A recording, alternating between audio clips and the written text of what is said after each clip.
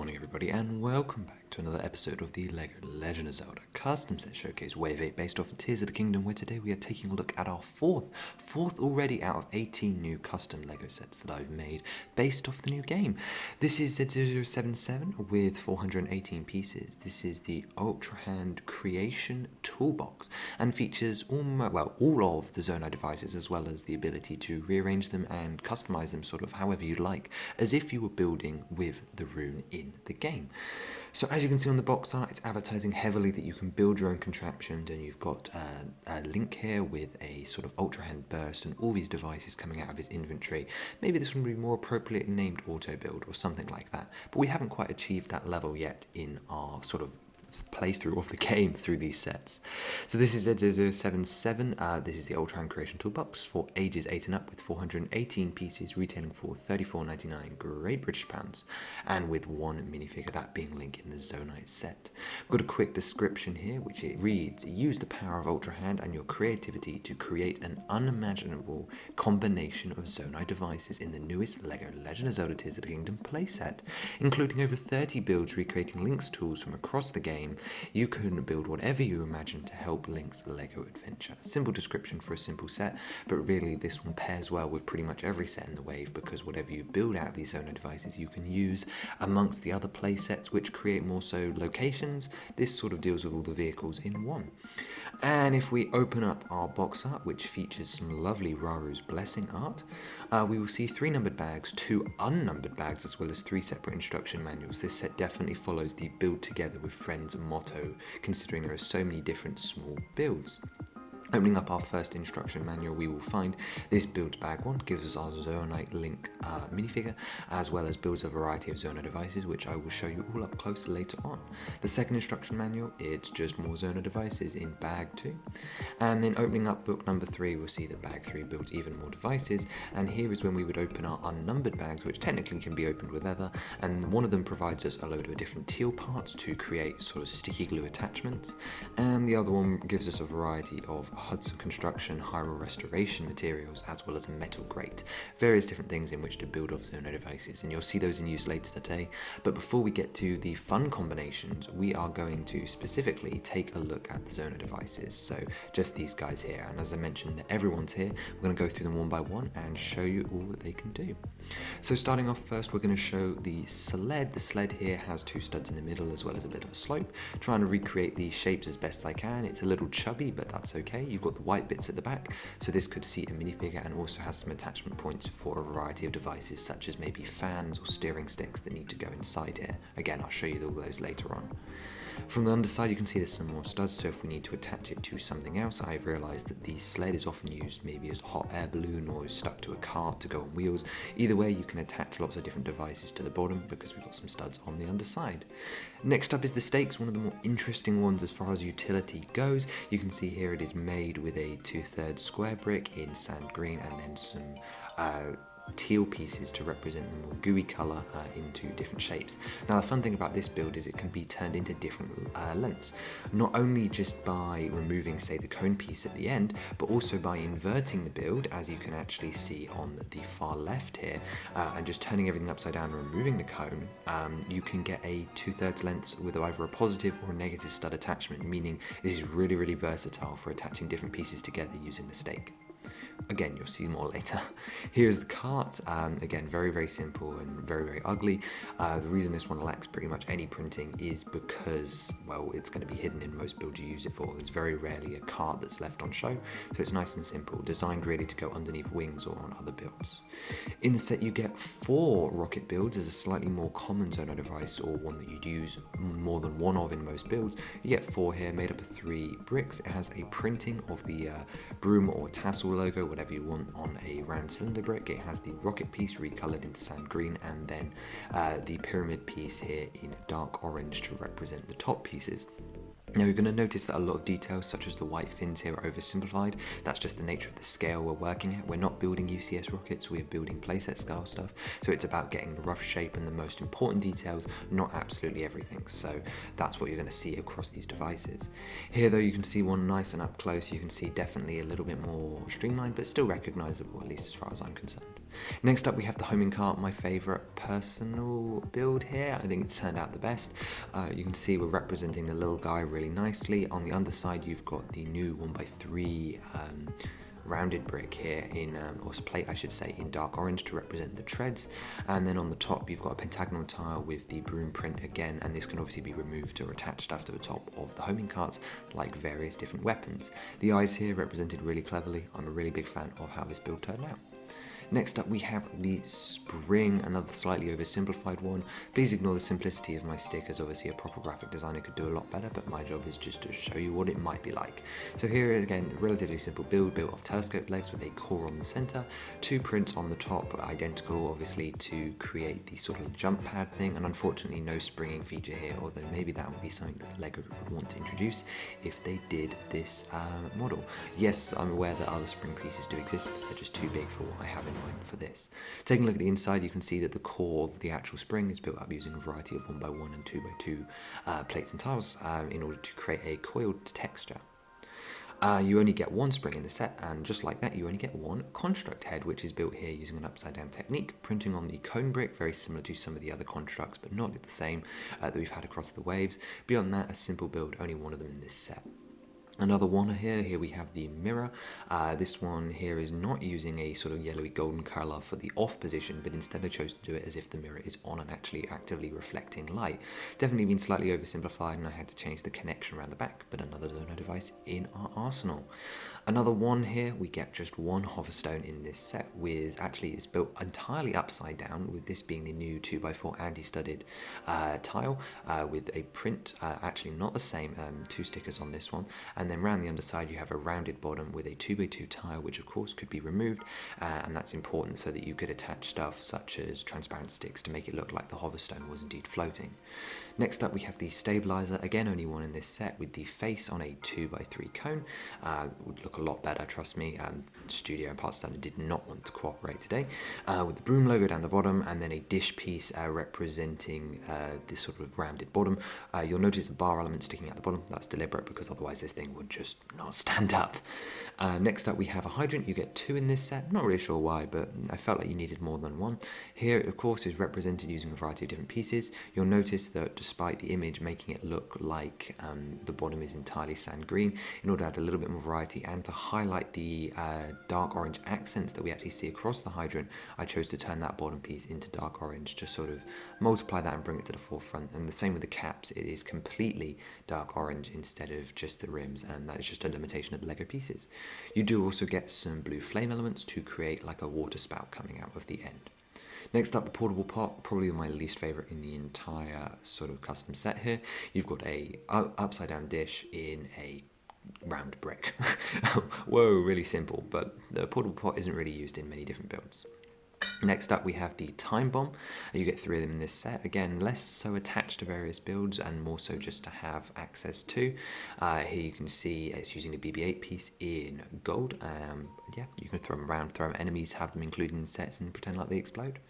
Next up you get the balloon, definitely one of the more useful set pieces in the game. You get two of them in this set and they are largely built using these rounded dome elements, and you get obviously 4 per balloon and 2 balloons. You can see down the bottom there is a inverted 2x2 rounded tile, and that can be removed in order to attach stuff like flame emitters or logs or various other devices. You've got bars along the side allowing you to clip other devices to the side, such as maybe rockets, and of course some studs on the bottom to attach the balloon to various different platforms. At the top of course you've got some space underneath as well, some various different attachment points for different ZONAI devices, and you can see how this build has come together. Next up, my favourite device in the entire set, maybe besides the homing cart, is the wing, and definitely one of the most iconic from the game, so it was really important to get this one right. You can see in the middle we have a dark orange circle in order to attach, say, a steering stick or for Link to stand on. You've got the variety of different wedge elements making up the different sand green angles that appear across the bird, as well as it tapering into the front. From underneath, you can see I've also tried to replicate a basic version of the pattern, although no dark orange is present on the underside in order to make this wing nice and thin. And here you can see it's only actually 2 or 3 studs thick in places. You've got the white coming out the back and then the rounded front. Really big fan of how this build looks. Definitely one of the more iconic ones that was really, really important to get right. Next up we have the fan, and we went from one of the best to potentially one of the worst. There's just no real way to do the fan while still getting the propeller details.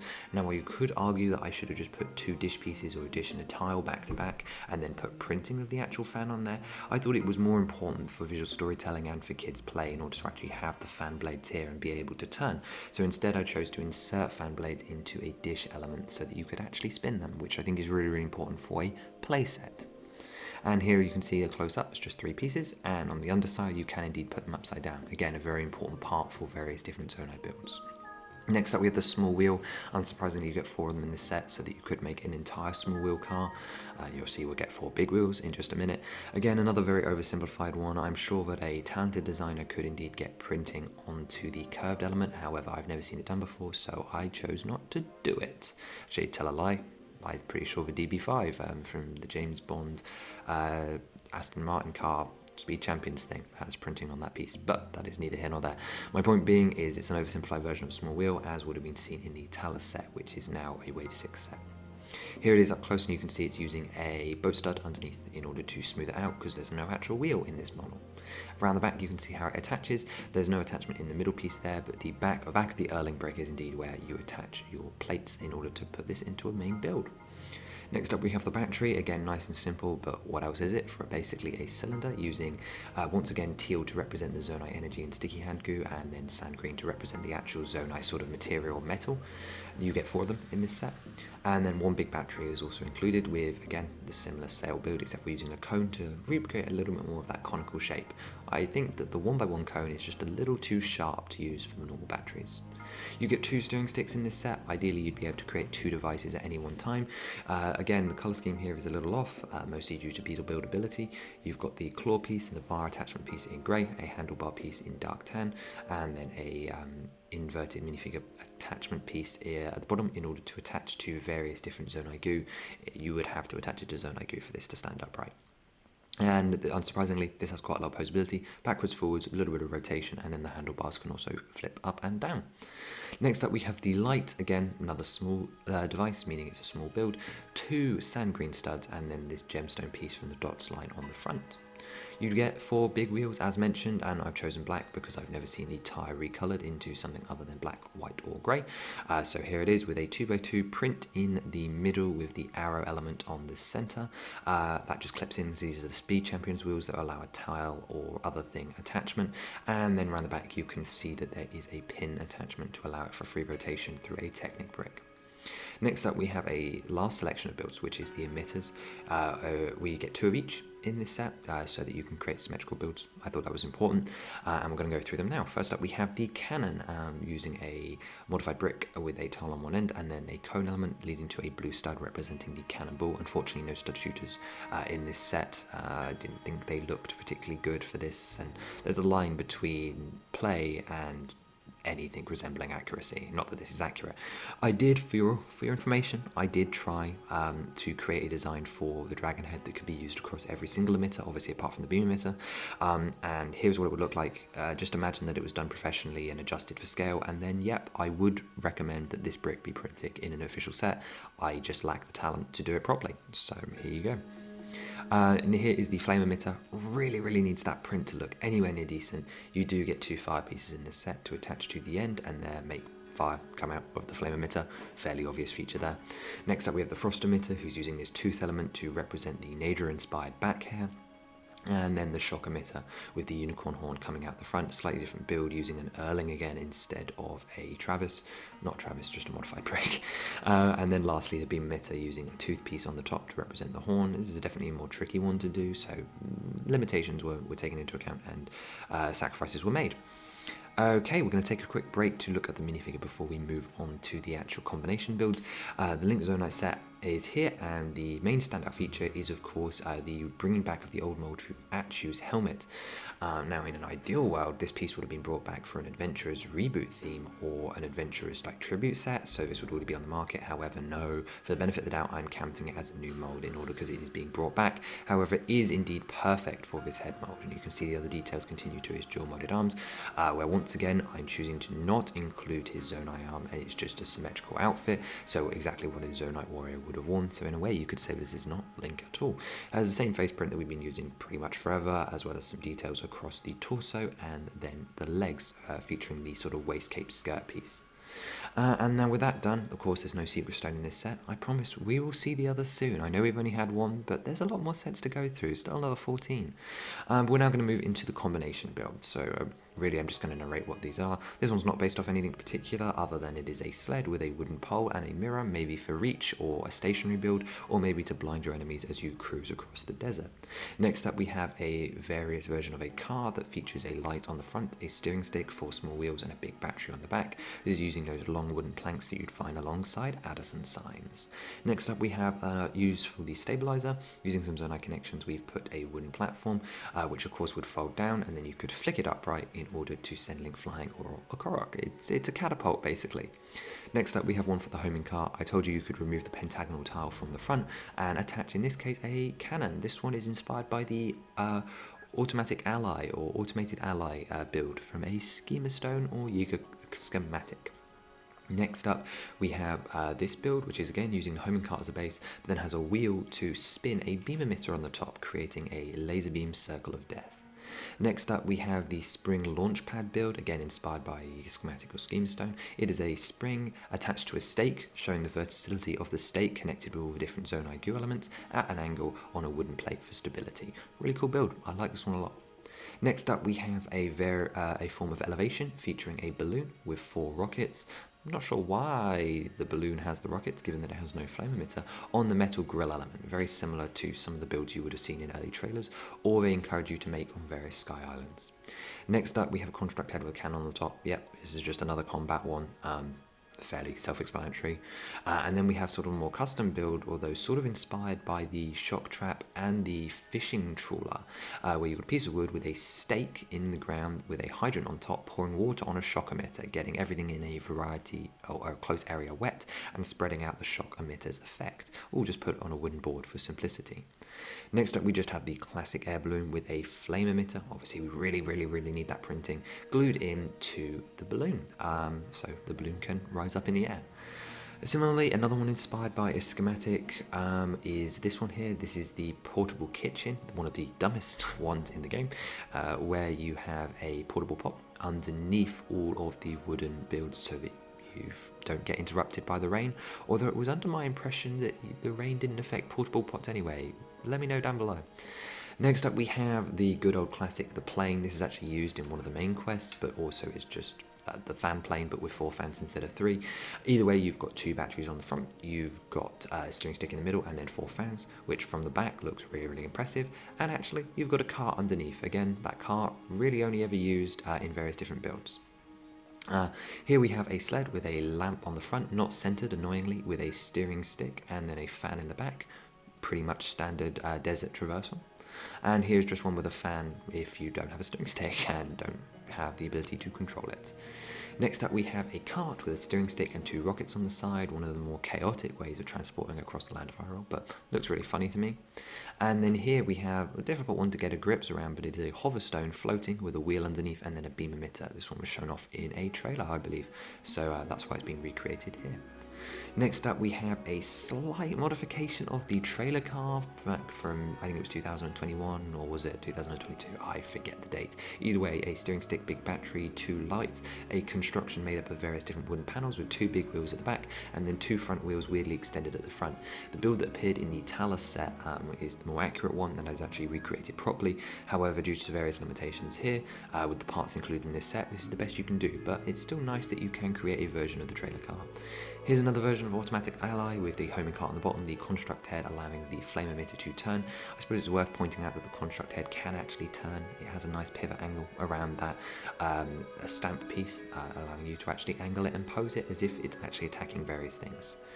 Next up we have a strange one. This is 2 cannons attached to a stake, so this is like basically a cannon, I guess, but it's a posable cannon that you can stick into various different walls with the stake. And as I should have mentioned, that with a lot of these builds you can then attach them to the bigger sets. Oh, you have a piece of train in Lookout Landing, why not use some of the ZONAI goo to attach this cannon to one of the defense turrets? Pretty awesome, really. Next up we have a version of the dirigible, another scheme stone, where you've got 2 balloons, 2 flame emitters, and then a wooden platform for you to stand on. The only thing missing here is the torches. I think you can deal with that yourself though. And then moving into our final build, or one version of it, here we have the metal grey. This one again seen in a trailer with 5 different batteries because you've really got to stock up, and then 4 fans attached in the various different corners using a variety of the ZONAI pieces.